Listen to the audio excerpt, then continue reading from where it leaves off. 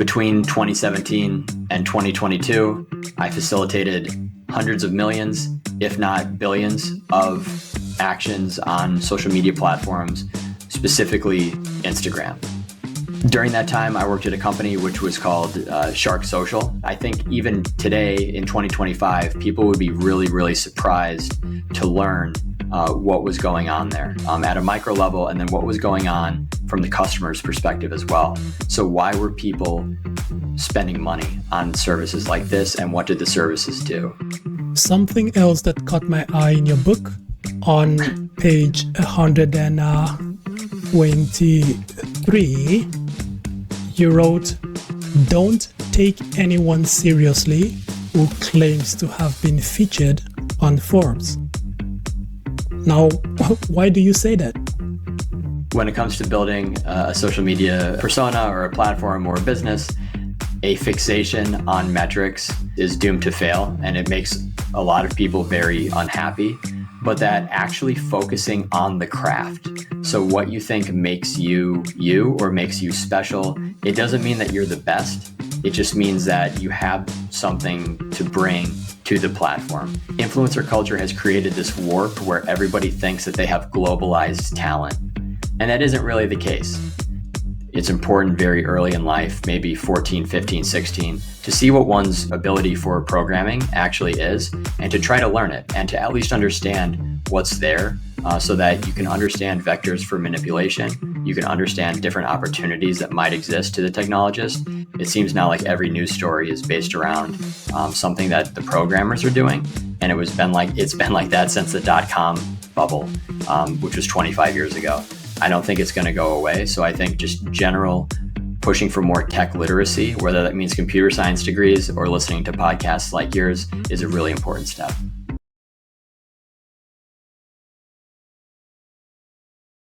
Hello and welcome back. The typical social media user today spends an average of 2 hours, 21 minutes every single day browsing and scrolling away on social media platforms. Now, to put that into perspective, that amounts to roughly 35 days every single year spent on social media platforms. Crazy amount of time, if you ask me. Now, the sad part about all of this is most of these users are completely oblivious to the fact that they do not spend that time of their own volition. They have no idea that they are being manipulated by specially crafted addictive technologies in the back end designed for the sole purpose of stealing away their time and attention.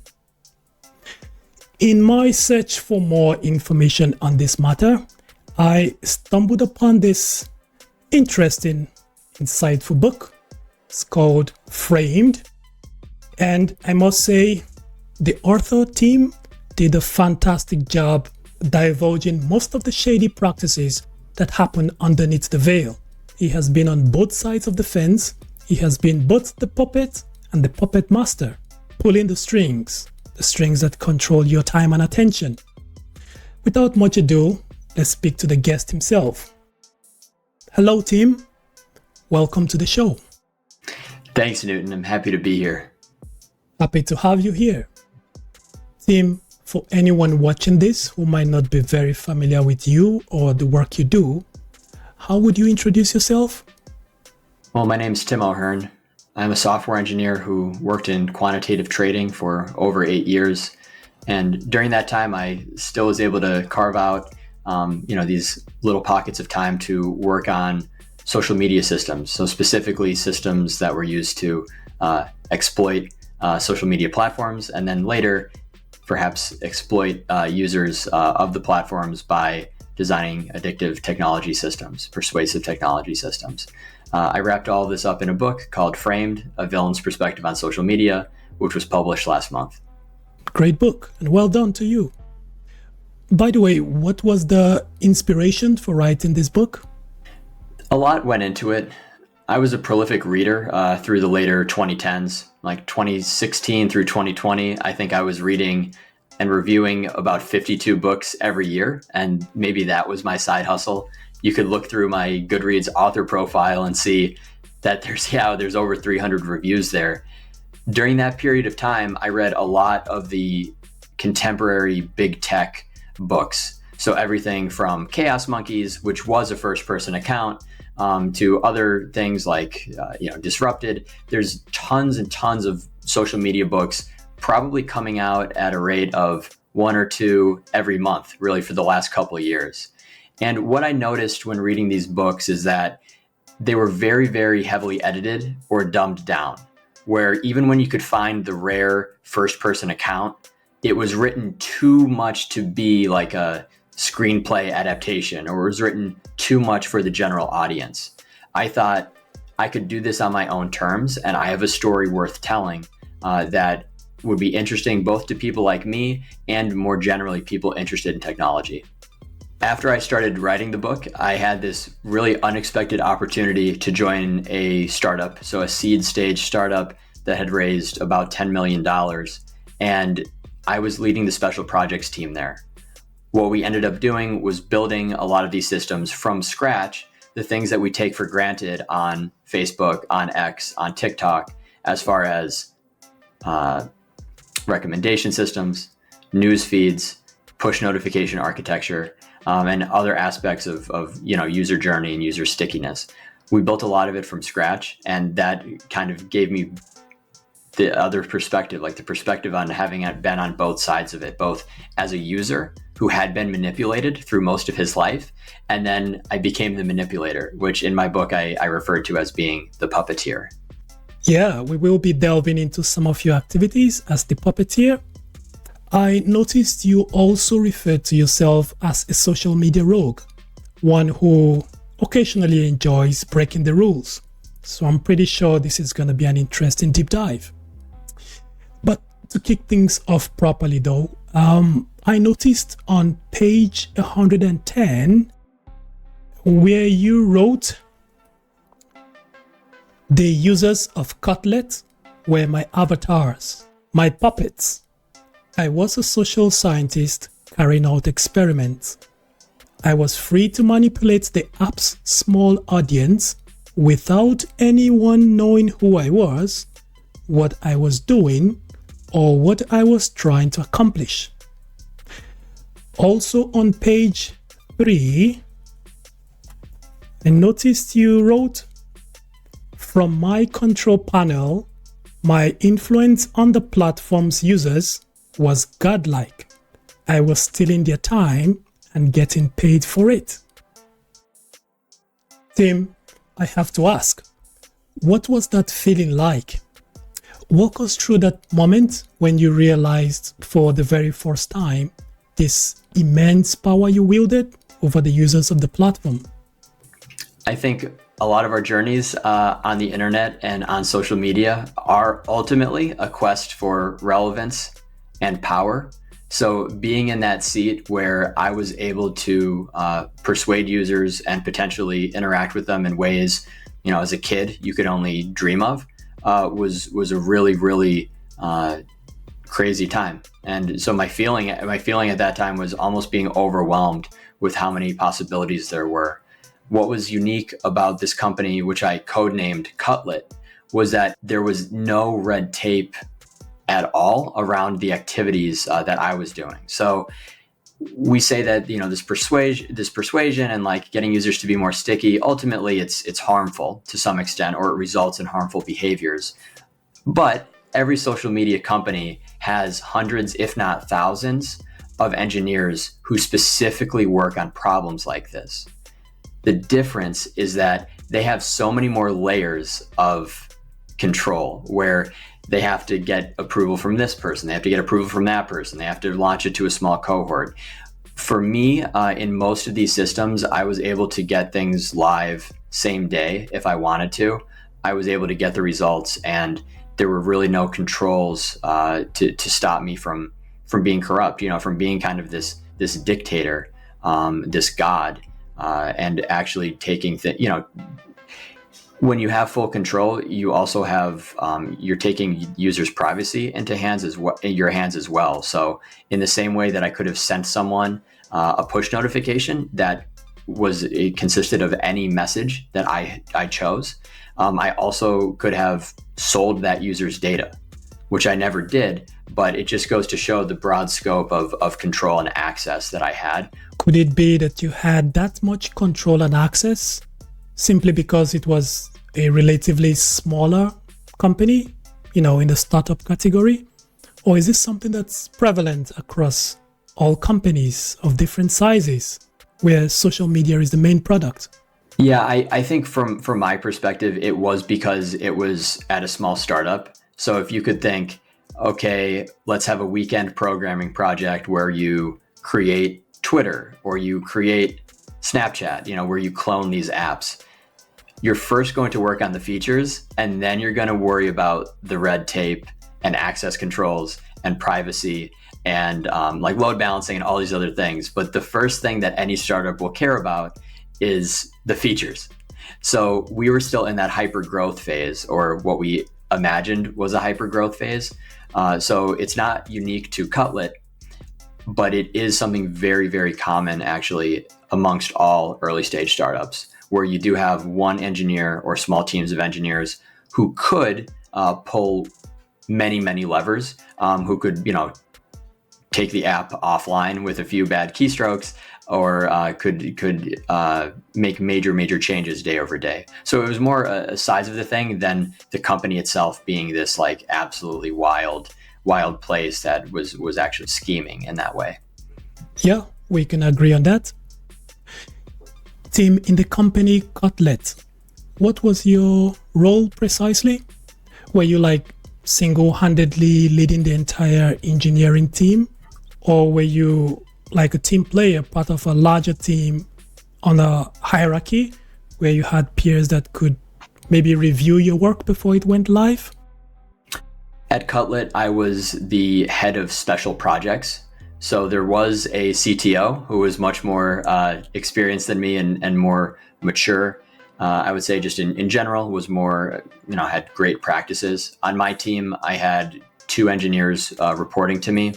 And then there were also iOS engineers, so people who were actually working on the app and how it was presented to users. So ultimately, I had little control over the functionality of the app, but I had full control over the recommendation systems, which included the feed, provided that all the assets for the feed, like the different types of cards and data, as long as that was templated out, in real time, I could change what any user saw in their feed. In real time, I could dispatch a push notification to any user. So being in special projects, it meant that I had broad control over the back end and also over different marketing systems. Like you would say, even I could send emails or send push notifications to anybody's phone. In the book, you mentioned that at one point you conducted some social experiment on the users of the platform without their knowledge.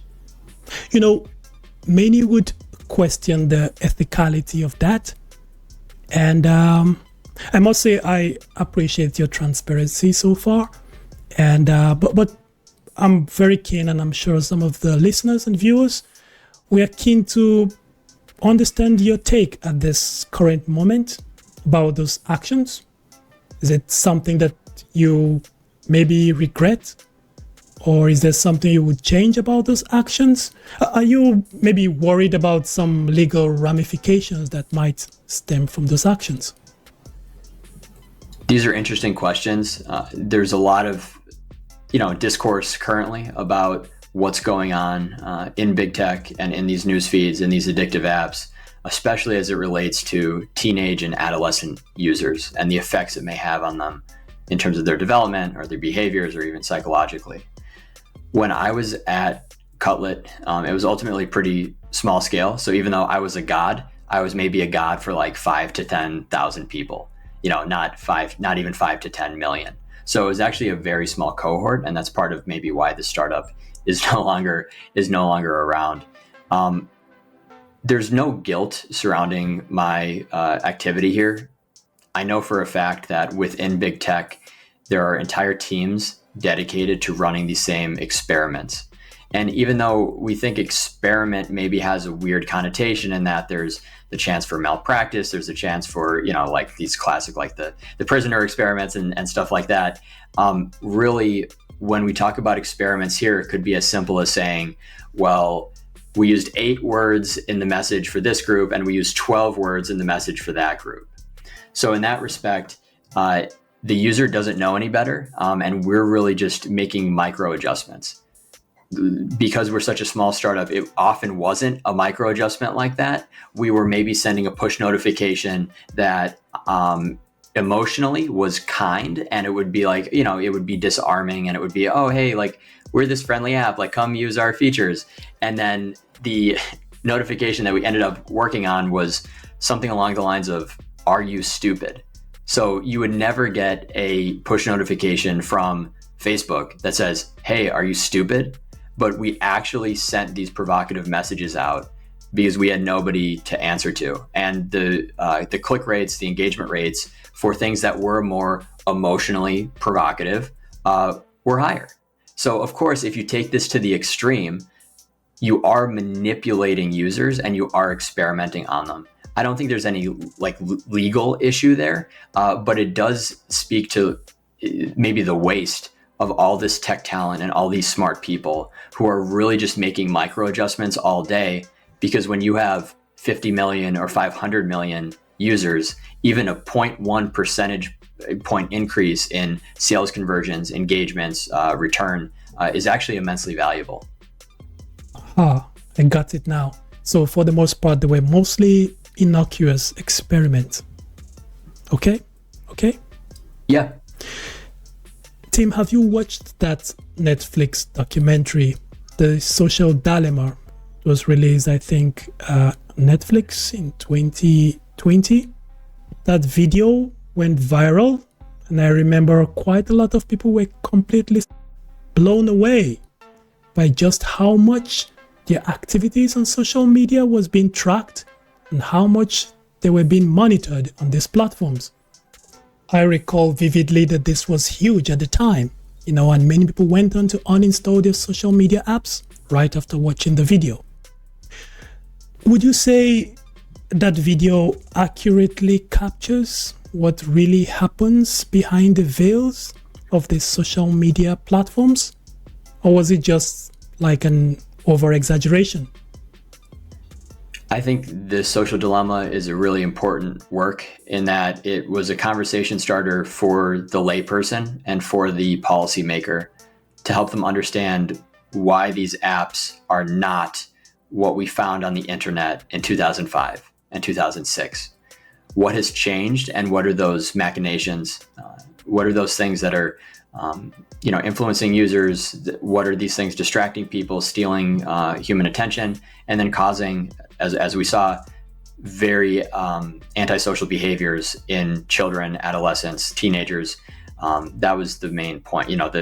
If I remember correctly, it was focused around like a family of 4, where it's like, a young daughter and like a teenage son, and the different impacts of social media on them. Some of the illustrations within that were very accurate. I would say that the notion of they know when your phone is active, they know when you're there, and that there is some type of machinery that is actively trying and scheming to steal more of your attention in quasi real time, that is accurate. Now they illustrate it by having, I think it was like 2 or 3 people actually pulling levers and expressing things like, okay, let's try to send this, let's try to send that, let's try to steal this. It's of course not expressed in that way. It's actually much more layered and actually less transparent. What I know about it, I can only estimate based on what I saw at Clout. But it is accurate in that is how detailed it is, like the attention stealing is, and that is really a picture of how many different layers there are to it. So the same thing with TikTok. It's like, how is this really working behind the scenes? Are there real-time adjustments being made? And the answer is pretty much yes. Not only for what you're seeing there, for things that you might like more, but there's also real-time bidding and real-time adjustments for advertisers as well. And at this point, that's not a new technology. That's been around for a decade or more, where you have some of the brightest minds from other industries like mine, quantitative trading, actually going into ad tech to apply these same systems to increase the chance that users will click on ads and potentially buy products. I was particularly surprised at just how well their tracking and monitoring algorithms worked. Most of these unsuspecting users had no idea that these platforms were creating these personality profiles about them in the back end, getting to understand the users, sometimes even better than the users know themselves, which is scary if you come to think about it. Yes. I would say now there are so many privacy concerns that it is highly unlikely that any engineer at Meta, for example, could go in and identify Newton or could identify Tim and would be able to either steal or do something with their confidential information, so like contact information, or also with their biometric information. So now there are a lot of partitions to separate this information that certain courts, especially in Europe, have decided are something to be protected, something that should not be easily accessible by a bad actor. But as far as the behaviors, these features are built up in a way pretty much exactly as you say. And the way these features, such as a view time, an upvote, a downvote, a comment, they're built in ways that ultimately might not be understood in terms that you and I would use to discuss them. And that's where it gets very, when you have these like neural network type recommendation systems or learning systems, certain inputs might result in unexpected outputs. So we can see, okay, well, if this person interacts with a lot of, sports videos, then we'll show them more content about sports. But also they have so much data and they have so many layers here that liking a lot of content on sports could also result in totally different interactions where they're making these very small jumps that eventually turn into large jumps, where you would say, okay, well, this person likes basketball. Okay, well, they like basketball. Where is basketball played? It's in this arena. What else is in this arena? Oh, well, there's an upcoming concert in this arena. Maybe we'll try to show them some types of musical acts there. So the leaps can actually be crazy. And as long as they get that validation, it's all done in a way that's pretty much fully automated. So these experiments are being run constantly. And that's why a Facebook feed or even a Reddit feed or even an X feed is showing content that is suggested for you or recommended for you. But they never tell you why it's recommended. And that's because it's not always easily understood in human terms. It's not always a fully transparent algorithm. I would have expected some tighter regulations around the use of user data on these platforms. Having some vague information packed into some lengthy privacy policy on a website that no one even bothers to read because it's too long, fonts are too tiny, and claiming that the user is agreeing to these activities is just not cutting it anymore. Yeah, it's a good point. And I think we've seen a lot more action in Europe than we have in the United States. We've probably seen over the last 5 years at least, where almost every website, it seems that they're making you agree very aggressively to a cookie policy. And most people who are new to the internet would say what's a cookie? And really a cookie helps track and build a user profile across the internet. So not necessarily on social media sites, but more like browsing activity and other features that could be built that way. Likewise, the need for a privacy policy has become much more, it's become like paramount now, where I've released websites that essentially do nothing, but there still is growing precedent that you need a privacy policy and that you must have certain terms there. So such as do you sell the data? What data do you collect? How do you store it? And what rights are you either keeping for yourself or giving to the user, surrounding whether that data is preserved, how it's destroyed, how long it's stored for, and to what extent. So ultimately, like, these are private businesses. So if it's in their terms, they can probably do what they would like, except now with growing regulation, they can't just say, oh, it's either our terms or you don't do it, because there are, as you said, billions of users on these platforms. So they are subject to like increased regulation. I also read in the book, Tim, that you were deeply involved with helping some of your clients to boost their social media profiles artificially, probably by the use of bots to gain fake likes, fake followers, right? Fake views, just to get that engagement going. Could you give us some insight into how a social media profile gets boosted, gets enhanced artificially? Fake engagement was the core of the book, and without it, I never would have been in a position to write it or to call myself an expert. Between 2017 and 2022, I facilitated hundreds of millions, if not billions, of actions on social media platforms, specifically Instagram. During that time, I worked at a company which was called Shark Social, and that's another code name. That's not the actual name of the company.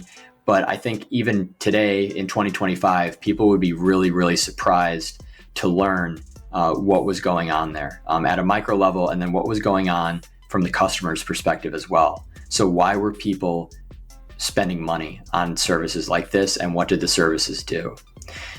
There are really two different forks here of the path. The first one is what we would just say is straight fake engagement, which comes from what you would call an SMM panel, which is a social media marketing panel. So you can think of the user, they get on the platform, they aren't getting enough followers, they Google search how to get more followers. The number one Google search result, which is promoted, might be a SMM panel. You go to the panel, they say, hey, you can get 1,000 followers for $20. Everyone thinks that's a good deal. They click, they pay, they get the followers. And that's one way. And it's controversial because these systems often are giving fake followers, or in every case are giving fake followers. And then sometimes those followers disappear. So in 2016 and 2017, there was a lot of interest from tier one journalists who were kind of uncovering this web of lies and deceit as it related to just the fake followers. When Shark Social came around, we were coming right out of that period of fake followers where the more savvy users didn't want a guaranteed follower count anymore because they realized that meant the followers were bots. So what services we provided were broadly classified under organic growth. And what this meant, even though it was not organic, it meant that we were taking the same bot, so the same program, and we were logging into a customer account and then automating that customer's actions such that they would receive reciprocal actions that grew their following and like counts that way. So rather than guaranteeing, okay, here's 1,000 followers, we would say, well, we can take about 300 actions per day. And we believe that those actions will get reciprocated at a rate of somewhere between 20 and 40 accounts per day. So roughly 10%. If you do that for a month, that's about 500 followers. And most people would be happy to pay for that. And that was the whole basis of this multi-million-dollar business, where some of our competitors were earning in upwards of $10 million a year offering this type of service. Whoa. In this position, were you working alone or alongside some team? I was drawn into it by two people who were active in the New York City nightlife industry. So they were both DJs and club promoters, which they were living a totally different life than I was back in 2017. They brought me in to be the code monkey, which is a term I kind of use in jest, but at first they were just looking for somebody to help with a website and basic customer management software. They actually were using off-the-shelf software to begin. And then once I came in and we meshed really well, one of them was handling sales and administration. One of them was handling more of the marketing because he ran his own social media agency, one that was just totally legit and didn't use software to break the rules.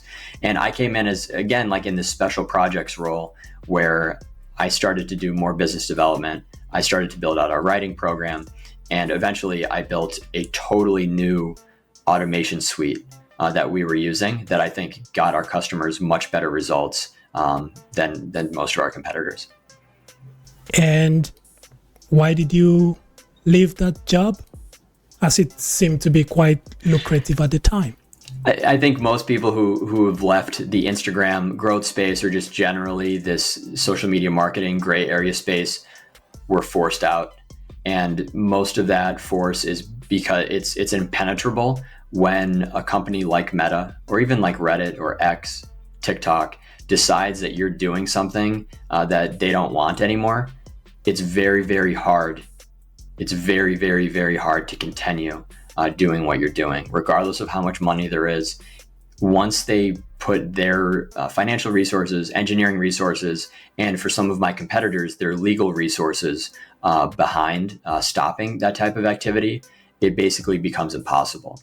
So Shark Social didn't close formally until 2022, but most of our competitors were done by 2020. And it was a combination of decreased limits internal to the platform. So like I said, hey, you used to be able to do 300 follows per day. What if you could only do 100 follows per day? So, okay, the results are much less. What if you're making $100,000 per month, but you get a cease and desist letter? Are you going to fight it? Are you going to push it? What if your customers start getting banned and blocked? So these are all things that we faced, except the cease and desist letter that eventually led to us winding the business down. So towards the end, it was simply not viable, where not only did we feel that our time was limited on the business continuity standpoint, but we knew that the customers were not happy and the results were nowhere near what we were able to one day get. So really deeper in the book, I say, there's only really one real company still doing it, and their reviews are universally awful. And it looks like there's more companies doing it, but they're actually just 10 different websites spun up by the same company located in Dubai or somewhere. And so it's just deceit layered on top of deceit. And currently the industry, as I remember it, doesn't really exist on Instagram. Got it. And that makes sense. Makes sense. Most of what we have spoken about so far were things you did in the past. Many would be watching this and think, well, why now? Why did he wait until now to come out with such a book and spill the beans on these shady practices that happen behind the veil? Why now exactly? Newton, I think you probably know this as an author yourself, in that writing about technology, there's never a right time. It seems that whenever you finally get it and then publish it and put something out there, it's too late or people have moved on. And in the social media space, that has never been more true. So, of course, this book in its form, I wish it was published maybe a year and a half ago. That was more or less the goal. But when we're dealing with early internet history in the aughts, when we're dealing with this golden age of automation in the late 2010s, and then even when we're addressing recent changes to Twitter becoming X and then the TikTok shutdown, I believe I encapsulated it all in a way that is like a very, very useful, almost academic look at the past, but also a bit of a blueprint for the future. So not necessarily in the most influential way, but saying that this is the type of book that can really have an impact on policy decisions and on helping bridge the gap between villainy, policy making, and just the layperson's understanding of what's going on, in the internet age. Makes sense. Makes sense. In the book, in page 5, I believe, you mentioned that clout chasing, fueled by manipulative recommendation engines is causing a societal decay. Can you elaborate on that? What did you mean by that? This is true.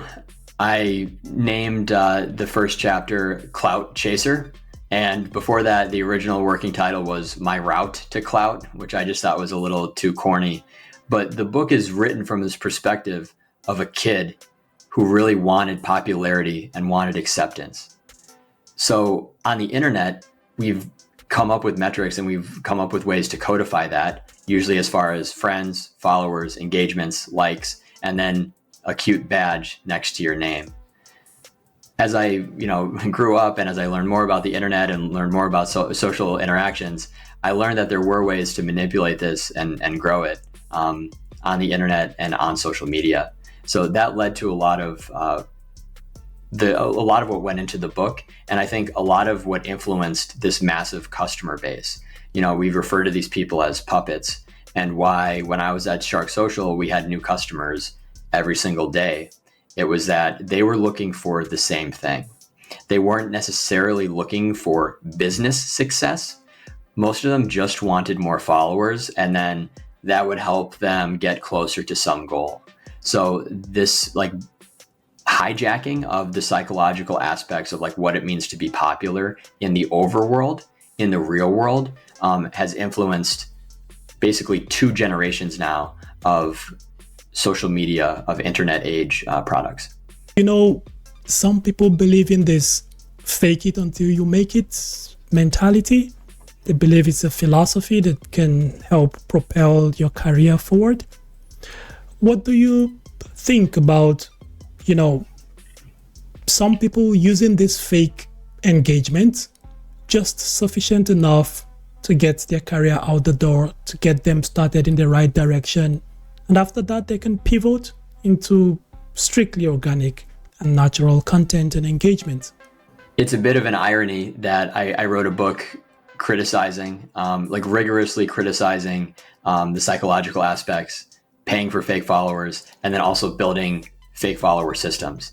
You could say overall, I'm very, very cynical about it. But then the reversal toward the end, or actually at the very end of the book, when I say, when I was ejected from the organic growth industry, so to speak, I actually started a blog, and that blog was dedicated to helping uncover a lot of the deceiving marketing practices and false statements that were getting made by those that were my former competitors. Why it's ironic is that even when I launched that site, I actively considered purchasing fake followers or other fake engagement metrics to make the site seem more popular, or in order to fool certain ranking algorithms, including Google's PageRank, in order to get that boost. And that's something that it's very, very unfortunate that it's still a huge, huge problem today. And it even comes into play with podcast bookings, where, for example, I've had quite a few very, very deep and useful and insightful conversations across the podcasting sphere. So from more academic podcasts to those focused on marketing, to even those that want to discuss just general books and entrepreneurship. But the irony is that if I used the same practices in my book to gain a following on Instagram, and I showed up rather than saying, oh, hey, I sold all these copies of my book, if I instead said, hey, I have 500,000 followers, a lot of these conversations would have been different. And I would probably be having the conversations with a much, much wider set of people, because they would see me as more important. The irony there is that it makes no difference. I still wrote the book, and that's what we're talking about. But of course, if I went on this black hat media tour, I would see significantly more success. But I think for me, morally and ethically, it would just be such a contradiction to what I wrote that I don't want to do it. So to your question, professionally or to grow a business, unfortunately, fake followers still exist. Fake Spotify streams exist. Fake YouTube views exist. In a lot of cases, even though you can't rely on that they will stick around, if you do have a guarantee that they will stick around, for most people, making that initial jump to the first 1,000 or the first 10,000 is still probably a decent investment. That's the sad part. The unfortunate part here is that most media channels now are so saturated that somebody starting anew without a real serious talent or something that's highly marketable is doomed. It's very, very difficult. Thankfully, there is now a pretty wide spectrum of services between doing nothing and doing everything yourself and breaking all the rules. In the middle, we have what we've always had, which are like promotional agencies and ads. There's nothing wrong with running ads. There's nothing anybody should have against running advertisements. So for anybody looking to grow today, I would say where a lot of the money previously was placed in services like Shark Social to get that consistent growth month over month, now you have to pay 10 times as much, but some of those opportunities still exist with advertising. And I've seen it myself. I have to decide where I land on the spectrum, even while promoting my book. So I have a decent mailing list. I have a website that gets thousands of views organically. Of course, I've made some book sales through that, but we have to keep going and consider there's probably 8,000 books published on Amazon every single day. And you can read my book. I wrote my book, and I know that I'm probably in the top 1% of the books that were published on the day that I published it. But how do I differentiate myself from all the other books out there, especially if everybody else is running ads as well? I think that this has created a very unfortunate warp in how personas are built up in today's social media realm. So me being a professional, me even being someone who has helped at traditional social media agencies, what we've seen in 2025 and 2024 is that the algorithm and the way that different types of content is prioritized or promoted, it's manipulating people or would-be creators to either not create at all or create extreme personas, to go for the most extreme niche content to try to get reactions out of people, because that's what sells. And I think we've seen that largely even in terms of musical acts, where there's a lot more sexualization. There's a lot more tendency towards like things like violence or just really weird things that in a past life we would call PR stunts, but now we just call it character. That isn't how any of these people actually are. They're being created by a team of PR specialists. And it's because they know that just being talented might not be enough anymore. You have to do the more extreme things. Yeah, impersonation is one of the uglier sides of life on social media. I agree. I noticed in your book, you proposed some solution for this problem of fake accounts pretending to be users that they are not. I think you proposed maybe some form of government ID or a photo verification should always occur for each user at sign up. Do you mind elaborating on that a bit? Sure. I believe that page number is in the influencers and verifying them chapter. And that's a really, really interesting chapter because I really talk about the genesis of the blue check mark, which has now become this cultural phenomenon. Like, what is the most important thing you could show or do on a platform? For the later 2010s and early 20s, that was having a blue check mark next to your name. It was this affirmation of relevance and of popularity. It was the social media equivalent of having your own Wikipedia page. The reason it existed was because some athlete or some like team manager was being impersonated by a fan page or like a satire page, and he threatened to sue Twitter. So Twitter, in their blog post, Biz Stone wrote, "Hey, we're launching an experiment, and we're now going to experiment with this thing called verification. And it'll only be for individuals because we want to stop things like impersonation." Most people forgot about this, even though that blog post still exists, even on the new X site. Most people have forgotten about it, and this blue check mark was co-opted as a mark of importance, even in cases where the person wasn't important. They were like a small town musical act of course, nobody was going to impersonate them anyway. When we think about impersonation on a wider scale and like identifying bots or stopping bots, we have to think about human solutions and solutions that are uniquely human. So for a long time, we've had things like, well, if you want to stop a bot, you could use a CAPTCHA, which a CAPTCHA is like some type of puzzle presented to you on a phone or a browser, which is hard, or historically has been hard for computers to solve. But that doesn't really if it can be solved, it doesn't really uniquely identify that a human is taking the action. So with verification, we started to get to more like ID verified things and also biometric verification. So now almost anybody can have a blue check mark provided you pay the monthly fee and you submit your identification to a third party ID verifier. I think in the grand scheme of things, if we want to stop impersonators, if we want to stop bad actors, and if we want to stop 8-year-olds from creating Facebook accounts, the way to do it is to require an ID for everything. And beyond that, to even require certain biometric indicators, such as fingerprint, such as an iris scan, such as a face scan. It goes deeper than that, of course. But the example I give in the book is that I don't necessarily want to be bothered when I'm on Facebook to like re-authenticate myself. Like, I don't find that very necessary because I don't like, how much harm could I do?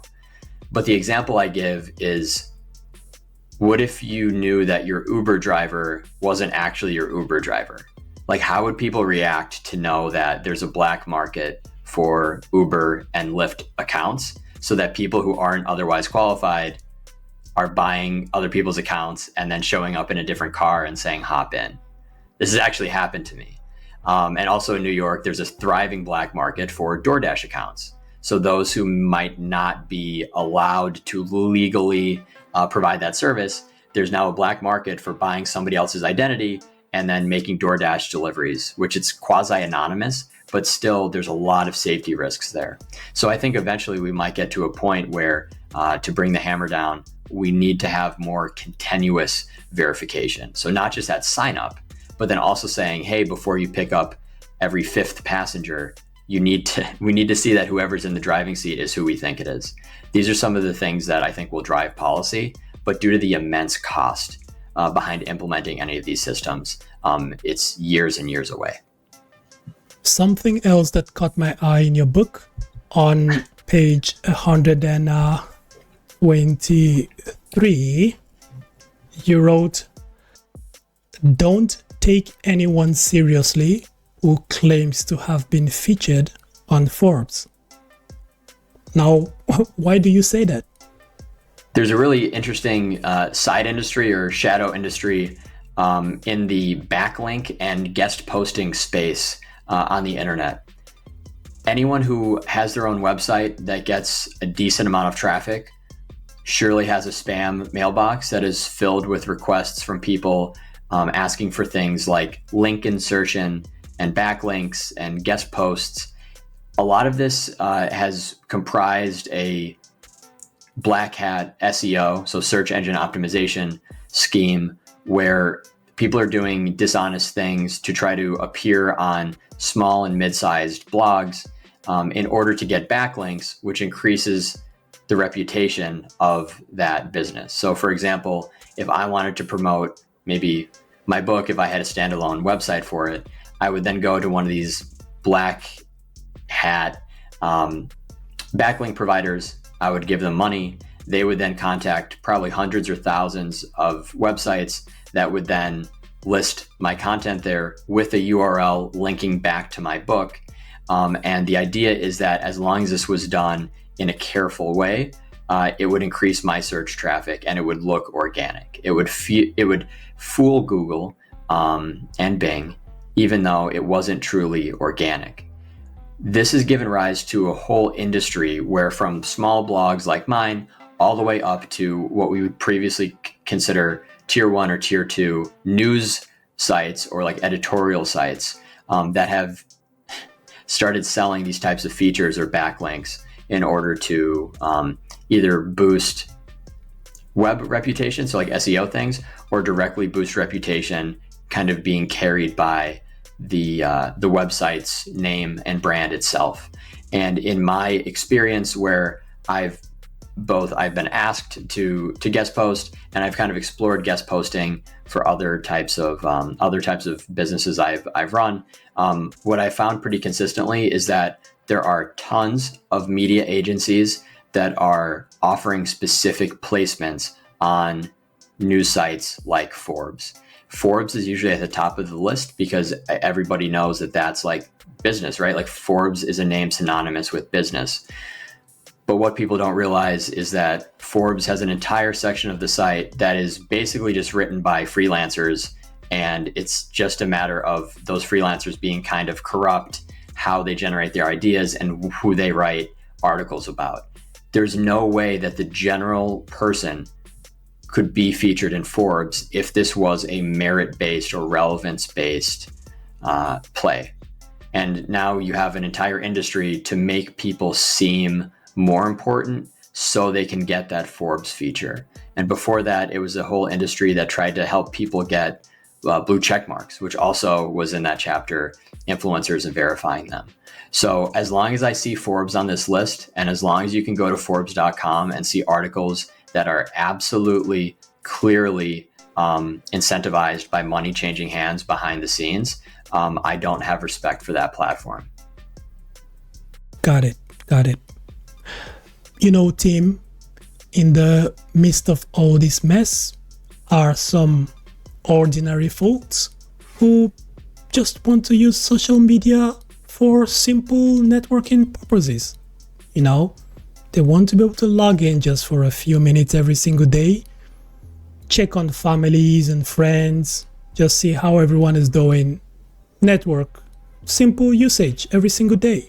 If we were to dish out some advice to these folks that might be watching this episode on how to go about using social media in such a way that they don't get exploited, and if they get to spend some time, it's of their own free will and of their own conscious doing, what advice or what tips or what message can we share to these viewers and listeners?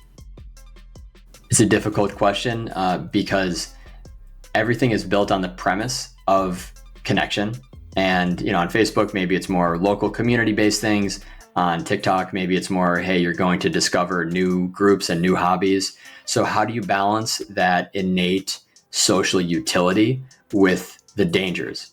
And for some people, we are talking about physical danger, which is something I kind of address in the chapters safeguarding and shadow bans. But also we're talking about how do you prevent yourself from becoming a puppet, from being manipulated and having your time stolen within an unwinnable game where you gain almost nothing, you never win, there's no win condition.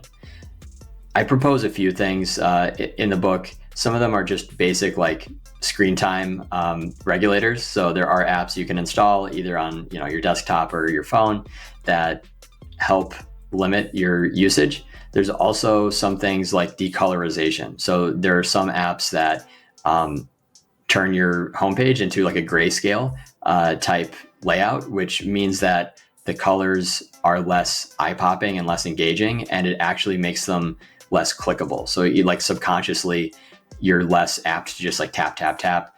It's less attractive to your brain, and it's less like stimulating, I would say. And then finally, I think for children, one thing that I barely got into was that there's this huge play now where kids have cell phones.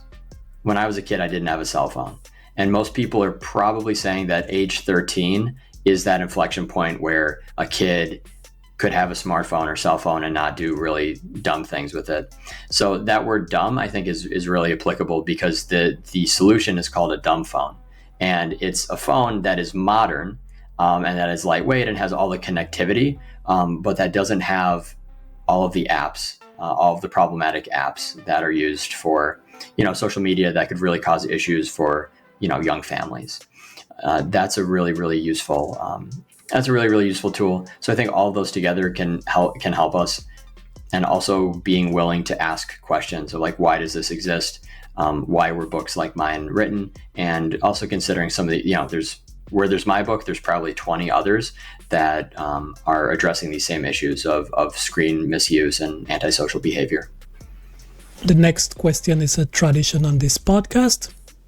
If there is one big mistake you've made along your career journey, maybe the most significant or the most impactful mistake that you have made, what would that mistake be? And what was the lesson you learned from it? This is also related to, maybe what's the most difficult thing about writing a book like this. And the main mistake that was made by me specifically was not really knowing the full extent of what I was doing on Instagram, just from a business perspective. I can say that if I knew that Shark Social could have made as much money as our competitors made, I would never have had to work another day in my life. So I would have been retired effectively at 25 years old. And these are numbers that are proved because I've read the lawsuits and I've read the research studies. Teams roughly the size of mine were generating well in excess of $1 million per year. I've spoken on the phone with multiple people who were making 6 figures per month. We were in the, we were in the mid 5-figure range, which was fantastic, but it wasn't never work again money. So for me, a big mistake was just being so focused on other aspects of it. I never really understood the full opportunity until I wrote a book. So the mistake was not taking it to the larger extent. I think the more general mistake or what people could do to be better, either in this realm or in their professional pursuits or whatever they're doing in life, is to understand as early as possible how deeply you want to understand the field of computer science and technology and programming. And I think with your guests on your podcast, you address this in a way that's very, very accessible to the layperson, to someone who maybe doesn't have a math degree. I take a little bit of a different approach where I say it's important very early in life, maybe 14, 15, 16, to see what one's proclivity or ability for programming actually is, and to try to learn it and to at least understand what's there. So that you can understand vectors for manipulation, you can understand different opportunities that might exist to the technologist, and you can go through your life at least knowing a little bit more about it. It seems now like every news story is based around something that the programmers are doing, and it's been like that since the .com bubble, which was 25 years ago. I don't think it's going to go away. So I think just general pushing for more tech literacy, whether that means computer science degrees or listening to podcasts like yours, is a really important step. What's next for you, Tim? You've had this interesting ride from those early MySpace days. Oh, and a very insightful chapter on MySpace you wrote. It's a really well-researched chapter. Captures just historically everything MySpace stands for, with the invention of modern day social media as we know it. You've had this career which was started from that time while you were, I think, redesigning your MySpace profile that got you interested in computers, in computer science, and you got involved with some internship and moved on to mastering these social media technologies, and now you're a software engineer. Are you going to keep at this role? Are you going to keep to more conventional tech roles going forward? Or is Tim likely to go rogue once again sometime soon, maybe with the next new technology that pops up? It's an interesting question. And a lot of this does come back to MySpace. I think that's a really useful call out. As I've had conversations over the last week and I've started to get more like editorial reviews for my book, people are saying this chapter about MySpace might be one of the best tributes to the early internet, capturing things that might exist on one or two little blog posts that have been preserved, but has never been approached with this level of seriousness and this depth. And I actually rewrote almost the entire book once I knew I had something for MySpace. Once I knew I was able to put those things together, I prioritized the chapter and I used it as a genesis for my whole story. So I really appreciate you calling that out. And, thinking about the next steps here for Tim O'Hearn, what I want to do now that I've seen, some success as an entrepreneur, some success as an industry-based software engineer, and now some success as a writer. These are things I'm wrestling with pretty much every day over the last month, which is that if I know so much about the underbelly and I know how much money there was there, why don't I just do that and go back to seeking early retirement? On the other side of things, people have reached out to me and said, for a tech guy, you wrote a really good book. And so I have to approach that from the perspective of, is this really all about money, or is it about my interests? Is it about other ideas and creative pursuits that I have? Currently, I really haven't decided what I want to do. There's no way I have the wherewithal to write another book like Framed. Framed in and of itself could have been 2, potentially 3 books in a standalone format. I have no doubt about that. If I continue writing, I'm probably going to actually write about fiction. And when I think about computer science and programming and starting my own things, I am excited to announce that I have a few things in my software ventures portfolio right now that are just starting to get traction. So it seems pretty likely that I'm going to do both this hybrid startup plus writing thing, at least for a few months, and then kind of decide what this all means and what the goals are. But I really appreciate that question. You're welcome. And I wish you all the best in all these endeavors you have in your pipeline. Thank you. And by the way, who designed the cover of this book? I also designed. And what was the message they were trying to share with this? What I found in the genre is that if you're writing about social media, there's really only a few motifs that you can draw from. So you have the concept of the news feed, and then you have all these little icons such as the thumbs up, the heart, the frame, the comment button, the send a message, whatever, the write a new post. And I tried to, manipulate these and combine them in a way that might be cognitively overwhelming, but that is a facsimile of an early Instagram post. So the color scheme I used is actually very similar to the first version of Instagram with that kind of the blue color, and then the actual white frame around pictures. If you were to check somebody's homepage, gallery page, that was there. So it's meant to say, hey, this is an image of social media, but it's early social media. This is what we're drawing from, and that this is about Instagram. Other motifs there, you of course have the heart, and then you have the half heart.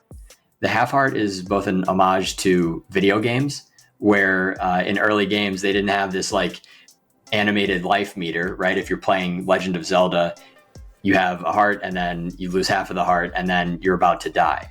So it's kind of that aspect of my heart is broken in the figurative sense. The experience on social media has been heartbreaking, both in the emotional, romantic sense, as well as it not meeting my expectations, the things that I loved when I was a kid.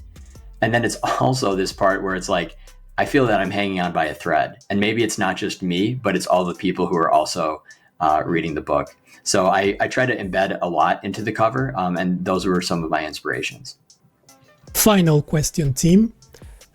Let's leave the viewers with some useful tips about building the type of social media presence or persona that they will be proud of, that they will look back on and be happy that they built. Not something that's a house of cards, but something that would, stand the test of time. What can we say to the viewers in this regard? Absolutely. When it comes to building a social media persona or a platform or a business, I addressed a lot of this in a chapter called Getting Good. And the idea is that a fixation on metrics is doomed to fail, and it makes a lot of people very unhappy, but that actually focusing on the craft. So what you think makes you or makes you special, it doesn't mean that you're the best. It just means that you have something to bring to the platform, either as a content creator, maybe it means you're a musician, a writer, or you could just be a regular person. You could be a business person. You could just be a social entity.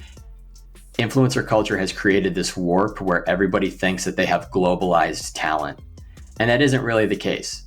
You have the idea of a local musician. I wish that more local musicians just played more local shows and spent less time trying to promote themselves to people like on the other side of the ocean. Everything is too saturated. So I find that a lot of the time that's spent doing this very incremental, very like just onerous promotion, 1-over-1, like, follow, comment, DM. It should just be spent growing as a person and as a creative.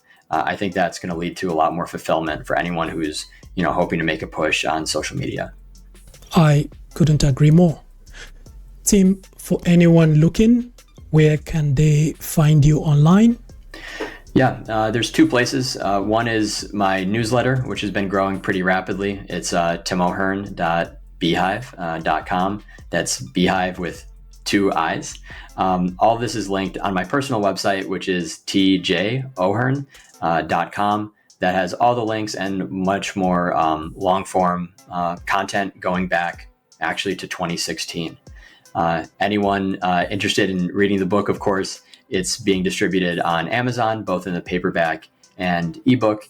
At the time of recording, the ebook is still only 99 cents, though the price will be going up roughly next week. And the paperback is about 430 pages for $15. So anybody interested in reading the book can find samples and such on my newsletter and on my blog, but it's currently available cheaper than pretty much anything else in the space right there on Amazon. Thanks a lot, Tim, for coming on the show. Thanks for being this transparent on the show and in your book. By making such information public, you are definitely doing everyone a huge service, but particularly all the users of social media. All 5 billion users of social media apps should read that book. Newton, thank you so much. I appreciate you having read my book, and I'm glad we were able to get so in depth here with this conversation. On that note, we pull the cuttings on this episode. Don't forget to like, share, subscribe, turn on notifications so you don't miss any future episodes.